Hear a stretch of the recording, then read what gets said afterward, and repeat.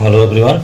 चलिए फिर से ये जो प्लेलिस्ट है teach your words your self करके, तो मैं देखिए ये बार बार कह रहा हूँ, हर बार कहने में ठीक नहीं लगता, लेकिन फिर बता रहा हूँ कि गार्जियन के लिए जनरली मैं बना रहा हूँ। तो देखिए हम लोग चैप्टर अब चल रहे हैं, एक चैप्टर है इसका नाम है फ्रैक्शंस। इसके बाद अगला क्लास में फ्रैक्शनल नंबर्स के बारे में पढ़ेंगे, तो अभी फ्रैक्शंस के बारे में पढ़ेंगे। और फ्रैक्शन का जो मेन पर्पस है क्लास 2 से 3 तक के बीच में या 4 तक के बीचों में जो कॉन्सेप्ट है इसको आप क्लियर कैसे करेंगे। तो चलते हम लोग फ्रैक्शंस के बारे में। तो देखिए फ्रैक्शन है क्या, तो वास्तव में यदि देखा जाए तो फ्रैक्शन एक जो फ्रैक्शन वर्ड है ये लैटिन वर्ड फ्रैक्टस से निकाला है और उसका एक्चुअल मीनिंग होता है ब्रोकन, मतलब टूटा हुआ। लेकिन यहाँ पर यदि हम लोग बात करें फ्रैक्शंस की, तो यहाँ पे नंबर ऑफ इक्वल पार्ट्स के बारे में बात करेंगे। कोई एक पूर्ण, एक संपूर्ण है, एक पूरा पूरा होल चीज़ है, उसको यदि हम इक्वल पार्ट में डिवाइड करते हैं, ये दो से ज़्यादा, तब वो जो होंगे उसको फ्रैक्शंस के बारे में हम उसको फ्रैक्शंस कहेंगे। तो जैसे मान लिया ये एक सपोज करिए एक ब्रेड है हमारा, कुछ भी एक है, ये होल पार्ट है। इसको यदि हम लोग टुकड़ा करना चाहते हैं, इसको यदि बांटना चाहते हैं, इसको डिवाइड करना चाहते हैं, तो देखिए कितने तरह से हम, जैसे इसको 2 पार्ट में डिवाइड करना चाहेंगे तो एक छोटा पार्ट एक बड़ा पार्ट ऐसा कर सकते हैं, एक दोनों इक्वल पार्ट कर सकते हैं। यदि इसको 3 पार्ट में बांटना हो तो ये 2 छोटा एक बड़ा कर सकते हैं, या फिर तीनों पार्ट को इक्वल कर सकते हैं। तो इस स्थिति में यदि फ्रैक्शंस की बात करेंगे तो हम ये छोटा बड़ा वाला बात नहीं करेंगे, ये हमारा फ्रैक्शंस का कंडीशन को फुलफिल नहीं करेगा। यहाँ जब भी फ्रैक्शंस की बात करेंगे तो इक्वल पार्ट्स की बात करेंगे। तो मान लिया यदि एक होल है, इसको यदि हमको 2 भाग में, 2 आदमियों में, 2 के बीच में बंटवारा करना है, तो इस तरह से 2 इक्वल पार्ट करेंगे। ये पहला पार्ट, ये सेकेंड पार्ट हो गया। इसको यदि 3 पार्ट में है तो 3 इक्वल पार्ट्स में इसको हम लोग बांटेंगे। यदि 4 है तो 4 इक्वल करेंगे। तो यदि इक्वल पार्ट्स में हम इसको डिवाइड करते हैं, इक्वल पार्ट्स में बांटते हैं, तब वो हमारा कहलाता है फ्रैक्शंस। अब फ्रैक्शंस का जो रिप्रेजेंटेशन है उसके बारे में बात करेंगे। तो रिप्रेजेंटेशन देखिए यहाँ पे ये इसको 2 फ्रैक्शंस में बांटा गया है, 2 इक्वल पार्ट्स में बांटा गया, इसको 3 इक्वल पार्ट्स में बांटा गया। अब फ्रैक्शन की यदि बात करेंगे तो हम लोग ये बात करेंगे कि इसको मतलब कितने भागों में बांटा गया है और उसमें हम लोग कितने भाग के बारे में बात करते हैं। फ्रैक्शंस ये बताता है। इसमें फ्रैक्शन अलग होगा, इसमें चूंकि इसमें 2 पार्ट है, इसमें 3 पार्ट है। तो फ्रैक्शंस में जनरली हम लोग इस तरह से एक लाइन देते हैं, इसके ऊपर में कुछ नुमेरल लिखते हैं और नीचे में कुछ नुमेरल लिखते हैं।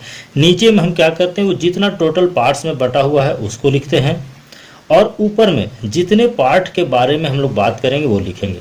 जैसे इसके लिए नीचे में 2 आएगा, ऊपर में जितना 1 के बारे में बात करेंगे तो 1 आएगा, 2 के बारे में बात करेंगे तो 2 आएगा, यहाँ पर नीचे में 3 आएगा। मतलब ये 3 पार्ट में बटा हुआ। तो फ्रैक्शन क्या है, आपको ये भी बताता है कि वो कितने पार्ट में बटा हुआ है और उतने पार्ट में से कितने के बारे में हम लोग बात कर रहे हैं। तो हम लोग इसके बाद नीचे चलते हैं, देखिए कुछ एग्जाम्पल हम लोग लिए हैं। तो बात करते हैं, एक एप्पल है। इस एप्पल को यदि मान लिया 2 इक्वल पार्ट्स में हमने बांट दिया तो ये 2 फ्रैक्शंस बन गए। उसी तरह एक सर्कल है, एक रोटी है, गोल या जो भी आप समझ लें। उसी तरह से एक स्क्वायर टाइप का है, इक्वल साइज वाला है, इसको है। एक ये रेक्टेंगुलर है या जो भी है, इस तरह से हम लोग बात करेंगे। तो देखिए किस तरह से रिप्रेजेंट करेंगे। तो जैसे ये है, ये होल है, इसको मान लिया हमने 1 2 3 4 5 6, इसको 6 इक्वल पार्ट में हमने बांट दिया। ये भी 6 इक्वल पार्ट है, ये भी 6 इक्वल पार्ट है, ये भी 6 इक्वल पार्ट्स है। लेकिन अब यहाँ पे बात करेंगे, मतलब ये देखिए ये 6 तो आएगा, ये 6 नीचे आएगा, इसमें भी 6 आएगा, क्योंकि ये बताता है कि ये कितने पार्ट्स में डिवाइडेड है, ये आएगा। लेकिन यदि हम लोग बात करें यहाँ शेडेड की बात करें, सपोज करें यदि इसको हम लोग शेड कर दिए और बोलेगा कि शेडेड पार्ट का फ्रैक्शन बताएंगे, तो आप क्या बताएंगे, इसमें से कितना पार्ट शेड है, 1 पार्ट है, तो 1 हो जाएगा, तो 1/6। ये 1 कहीं भी रह सकता था आपका, कोई जरूरी नहीं कि किनारे, बीच में भी 1 होता तो 1 होता। अभी मान लिया यदि इसको हमने ऐसे कर दिया और हम लोग ये बात करें कि यहाँ पे शेडेड पार्ट का फ्रैक्शन आप बताएंगे, तो क्या करेंगे, कितना पार्ट शेडेड है, 1 और 2, तो 2 पार्ट है, तो ये 2/6 हो गया। इसी तरह यदि हमारा इसमें यदि इस तरह से शेड किया हुआ है या कलर किया हुआ हो सकता है अलग अलग कलर में, तो इस तरह से यदि है, इसकी यदि बात करें तो कितना है, 1 2 और 3 शेडेड पार्ट है, तो 3/6 हो गया। उसी तरह यदि हम लोग और कहीं पर भी हम लोग करके बता सकते हैं कितना शेडेड है या फिर कितना कलर है, वो चीज़ को पूछा जाता है। मतलब ये टोटल में से कितना को आपको अलग किया गया है। तो इसमें यदि बात करेंगे, और ये 4 या 3 या 2 या 1, ये आपको बताता है कि उसमें से कितना पार्ट के बारे में आप बात कर रहे हैं। तो इस तरह से इसको लिखेंगे।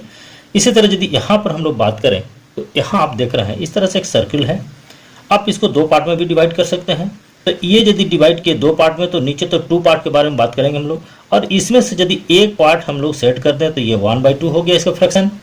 इसको आप 4 इक्वल पार्ट में बांट सकते हैं। तो 4 में से यदि ये देखिए इसका फ्रैक्शन नीचे तो आपको 4 होगा क्योंकि 4 भाग में बांटे हैं। अब यदि एक को आप सेट करते हैं तो 1/4 होगा।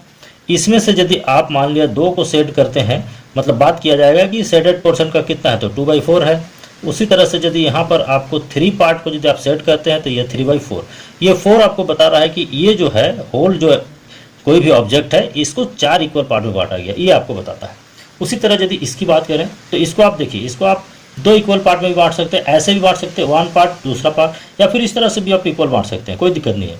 अब इसमें यदि फ्रैक्शन की बात करेंगे तो 2 तो रहेगा ही, इसमें भी तो 2 रहेगा, ये 2 नहीं है, ये 2 भाग में बटा उसके बाद बात करें।